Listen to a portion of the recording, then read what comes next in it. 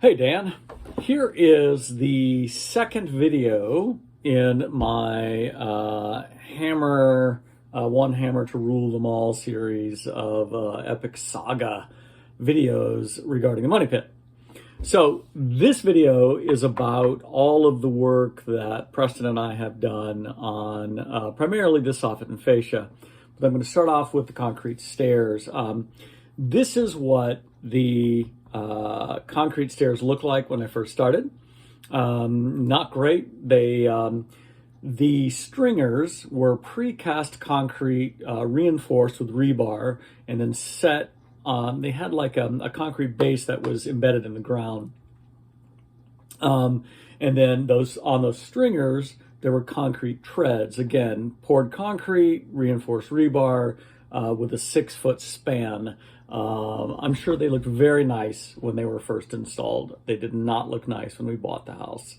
As you can see from these pictures, the concrete has been eaten away by a combination of salt, freeze, thaw, erosion. All of that has taken its toll over the years. And so the first thing I did is I took a sledgehammer to it and sledgehammered all of that out. That was the first reminder that I am now 53 years old and not 23 years old, which is pretty much the age the last time I took on a project like this. So I got those stairs out, and then I needed something to go in their place. So I put in, just to add some, I already had some treated wood lying around. So I went to the hardware store and bought some 5-step pre-cut treated stringers. 3 of those, got some treads, some 2x10s, 2x12s that'll work better, but that's fine. 2x10s work fine. Got those in place. They don't quite work. I had to shim the bottom with some bricks and some concrete, but they're very steady. They're very sturdy is the word I was looking for, and they are not going anywhere anytime soon. I also put in one of the railings in, so that railing is in, and you can see this picture of that. And here is a whole picture of the front of the house as it looks. So now, we started with the scaffolding on the east side of the main house. And if you can remember, there's the main house, and then there is an addition that's built onto the back of it, which is where the kitchen and one of the bedrooms is. So we did work on all of that fascia, but primarily on the main house, the backside, the rake wall is what that's called. So when you have a house that looks like this side is what's called the rake wall. So the front and the back are the rake walls, and the rafters go this way. So on that rake wall, that soffit and fascia was okay. I mean, it looks like crap, but it was fine. It's intact. There's no gaps or holes on the west side of the main house, and on the north side, the back side. Those are pretty much intact, but it was the east side where that entire soffit, actually the entire fascia board, or also it's often called a frieze board, completely missing. Now on the underside of that, so as you're looking at it, you've got something like this piece like this. So this is like the soffit, and then here's like the fascia, and then you got these decorative corbels every like 2 feet, and they were and those decorative corbels were every 2 feet. So what was happening was, not only is that whole fascia gone, but some of that soffit was sagging. Now the soffit was really interesting because the soffit is made up of, looks like 3 pieces of like 8-inch or 6-inch, maybe 8-inch, what's called car siding, which is like a tongue and groove. Not a flooring, it's more like a siding, like, actually it's kind of like that. That's sort of car siding, where it's got a bevel, it's got tongue and groove. Also, if you remember, in Colleen's room, old room downstairs, that whole wall and the ceiling in the bathroom downstairs is car siding. So it looks like they did the whole soffit in like 3 pieces of tongue and groove car siding. It had those corbels every 2 feet, and then the fascia board. And then not only did the fascia go up, but then another piece came out this way. And in that 90, there was a huge piece of quarter round. It was like 2.5 by 3-inch quarter round, except it wasn't quite a semicircle or a quarter circle. So there was no way we were going to recreate that. But on the back of the house, on the addition, instead of the quarter round, what they used was a piece of crown molding, which I actually thought looked really nice, and I think it's going to lend itself to, to a decorative paint job. So what we did is, so our first goal was to get that freeze board or that fascia board replaced, because that's where the pigeons were getting in. As part of that, we also had to get the so here's kind of a picture of what that looked like when we first started. Also here is a picture of the soffit as it was when we first got there on the east side. And then making notes of where all these things go. And then here's a picture of that, the bay between each set of rafters. So this is really where the pigeons were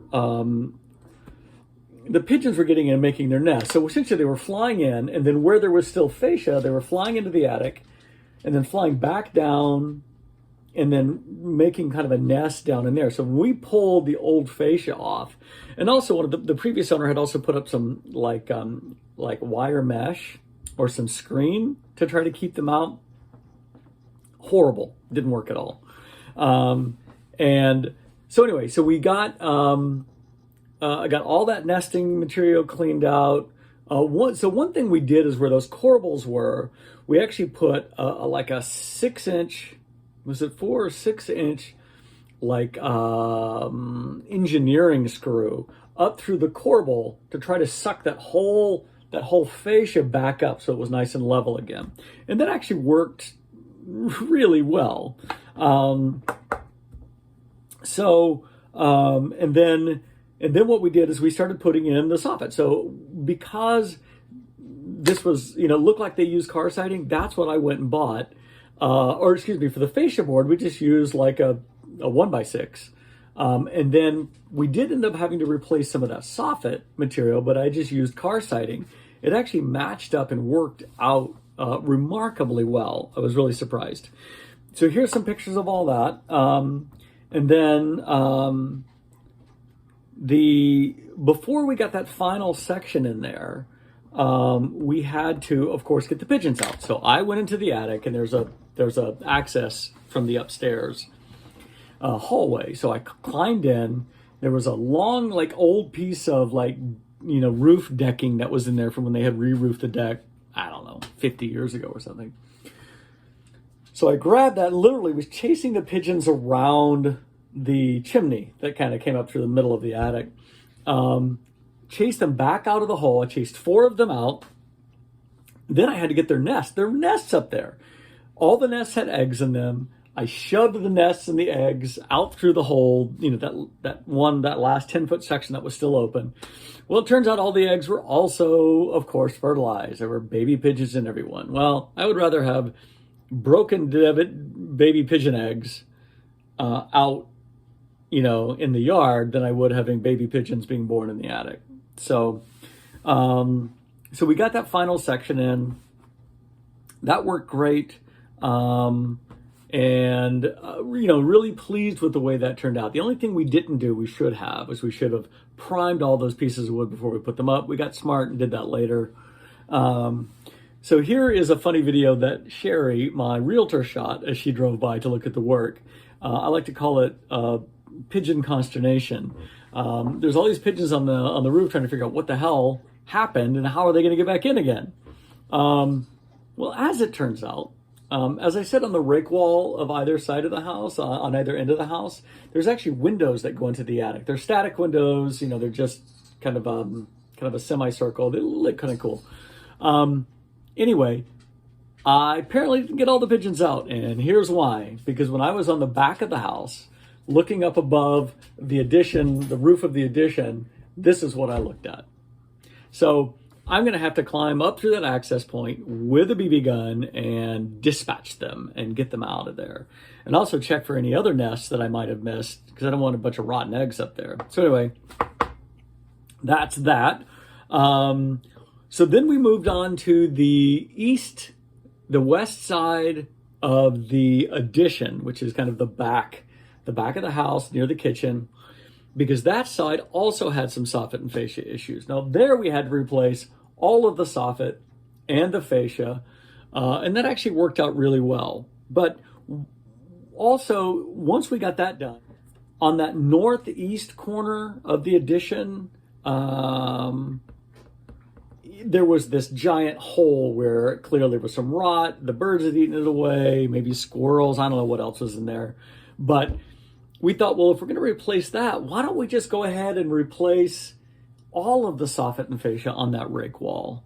Because now we've gotten good at it. We know what we're doing. And so we also decided to go ahead and put up the crown molding too, just to see what that would look like. So we, here's a picture of the before picture. But we got all of that torn out, got the scaffolding set up on the deck on the back. And then with that and a ladder, because it was hard to move the scaffolding because there was also a power line back there that we had to contend with. So we got all of that soffit replaced, the fascia replaced, we got the crown molding in. By the way, cutting crown molding for exterior corners is harder than it looks. So when you've got crown molding, it sits at a, not a 45, it's like somewhere between a 45 and a 30-degree angle up there in the top corner between the wall and the ceiling. Well, when you're doing an exterior corner, you've got this 45, but the crown molding is also, at the whatever angle it needs to be at. So it's just, think about that. You definitely need a compound miter saw, or at least a miter saw, and with a good fence on it. Anyway, I could show you a video. We cut it wrong the first time, $35 down the tubes, but we've not made any more mistakes and we're looking good. And we got all of that backside done. Now all that leaves is there are some other spots where I think the little birds are getting in that we need to close up. We're going to do that tomorrow. And then, there's some, really, we're going to have to replace all of the soffit and fascia eventually because it does look like crap, and we'll get there. But for now, pretty happy with the way it's looking. We're close to being completely sealed up. I got to get the pigeons out of the attic. I'll try to make a video. Maybe I'll put the GoPro on my, forehead and we'll do it that way and shoot some pigeon cam. So anyway, I got the scaffolding torn back, or Preston and I got the scaffolding torn back down, got it returned, and yeah, pretty happy with the way it's going. Once we get the, maybe another week of things, but not as intense on the outside, we'll get that finished, buttoned up. And then we can start on some of the plumbing inside.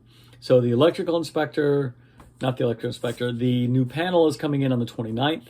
They are going to be installing that. We're going to start working on some of the plumbing. Anyway, all of this I'll shoot videos of. But for now, that's my second video in this series, and I'm sticking to it.